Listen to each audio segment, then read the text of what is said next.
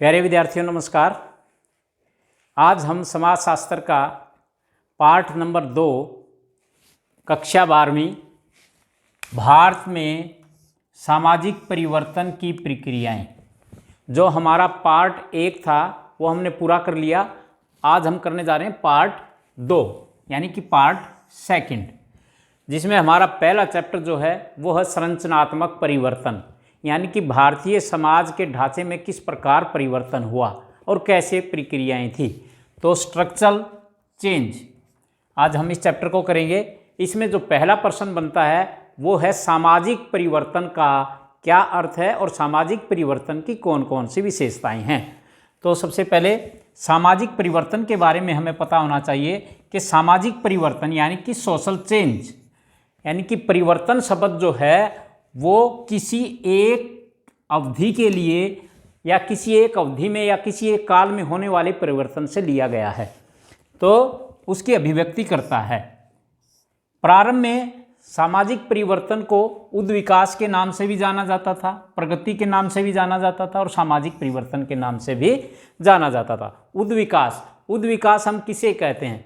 सरलता से जटिलता की तरफ होने वाले क्रमिक परिवर्तन को हम उद्विकास कहते हैं। यानी कि पहले हमारा जो समाज था बिल्कुल सरल था और धीरे धीरे वो जटिल होता चला गया। अर्थात कहने का अभिप्राय सरलता से जटिलता की तरफ होने वाले क्रमिक परिवर्तन को हम उद्विकास कहते हैं। प्रगति मानवीय सुखों में वृद्धि के लिए जो परिवर्तन होता है उसे हम प्रगति कहते हैं। और नंबर 3 सामाजिक परिवर्तन।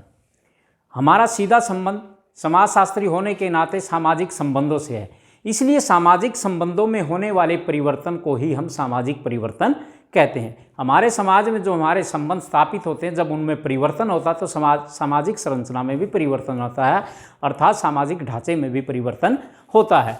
तो इस प्रकार एक ही अर्थ, पहले क्या था, सामाजिक परिवर्तन को उद्विकास भी कहा जाता था, प्रगति भी कहा जाता था और सामाजिक परिवर्तन भी कहा जाता था। कहने का अभिप्राय एक ही अर्थ में प्रयोग किया जाता था, परंतु बाद में समाजशास्त्रियों ने इन तीनों में भेद करना शुरू किया, अर्थात उसका भेद किया। और सबसे पहले आगबर्न ने इसमें भेद किया। पहले ऐसे विद्वान थे जिन्होंने अपनी पुस्तक, जो सोशल चेंज पुस्तक उन्होंने लिखी 1922 में, तो इस अवधारणा में उन्होंने अंतर करना प्रारंभ किया, यानी कि सामाजिक उद्विकास, प्रगति और सामाजिक परिवर्तन में।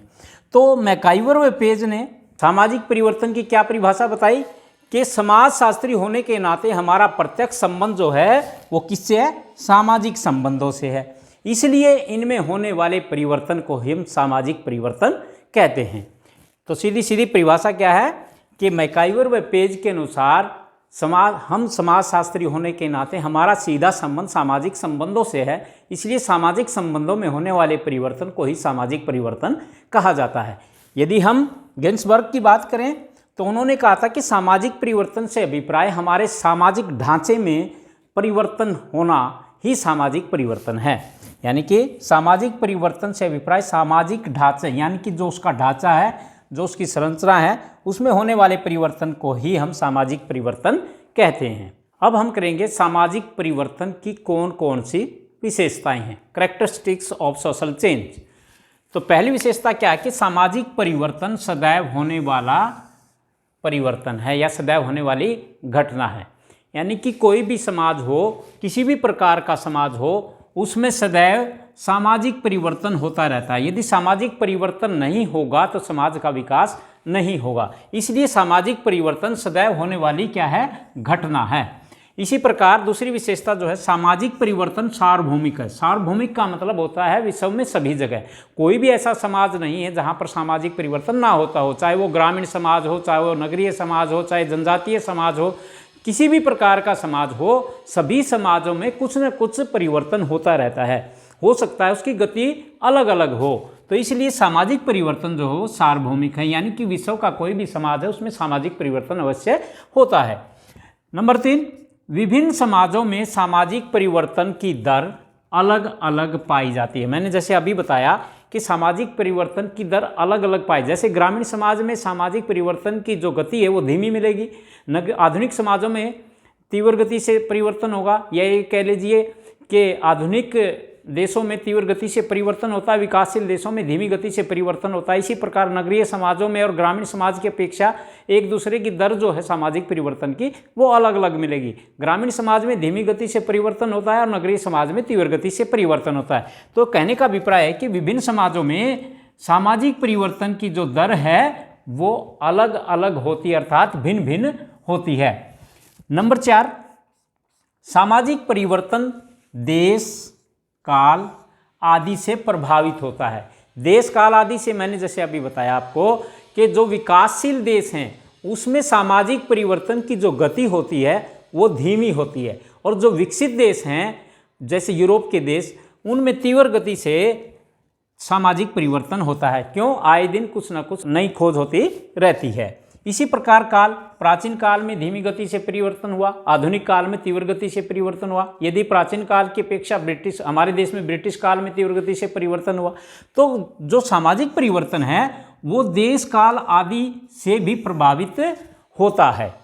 नंबर 5, सामाजिक परिवर्तन समुदाय में होने वाला परिवर्तन है। समुदाय में यानी कि पूरे समुदाय के विचारों में यदि परिवर्तन होगा तो समाज में परिवर्तन होगा। यानी कि एक जाति के व्यक्तियों में विचारों में परिवर्तन आ जाता है, एक प्रजाति के या एक गांव के लोगों में विचारों में परिवर्तन आता तो पूरे समाज में परिवर्तन होगा, ऐसा नहीं है। यदि पूरे समुदाय के विचारों में परिवर्तन होगा तो सामाजिक परिवर्तन होगा। इसीलिए सामाजिक परिवर्तन जो है समुदाय में होने वाला परिवर्तन माना गया है। यानी कि एक व्यक्ति या कुछ व्यक्तियों का समूह अपने विचारों में परिवर्तन करता है तो समाज में परिवर्तन नहीं होगा। इसलिए सामाजिक परिवर्तन समुदाय में होने वाला परिवर्तन है। नेक्स्ट है, सामाजिक परिवर्तन की गति समरूप नहीं होती। सामाजिक परिवर्तन की जो गति है एक समान नहीं पाई जाती। कहीं तीव्र गति से परिवर्तन होता है और कहीं धीमी गति से परिवर्तन होता है। इसलिए कहा जा सकता है कि सामाजिक परिवर्तन की गति समरूप नहीं होती, एक समान नहीं होती। सामाजिक परिवर्तन की दिशा भी निश्चित नहीं होती। सामाजिक परिवर्तन की जो दिशा है वो भी निश्चित नहीं होती। वो सीधी रेखा में चलने वाला परिवर्तन या चक्रीय परिवर्तन, किस प्रकार का परिवर्तन है उसकी कोई दिशा निश्चित नहीं की जा सकती। इसलिए सामाजिक परिवर्तन की कोई भी दिशा निश्चित नहीं होती। सामाजिक परिवर्तन एक अनिवार्यता है।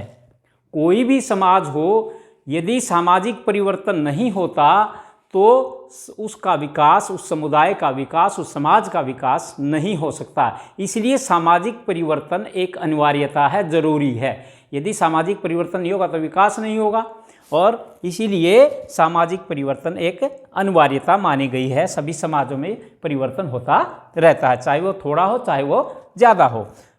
और लास्ट में है, सामाजिक परिवर्तन की भविष्यवाणी भी नहीं की जा सकती।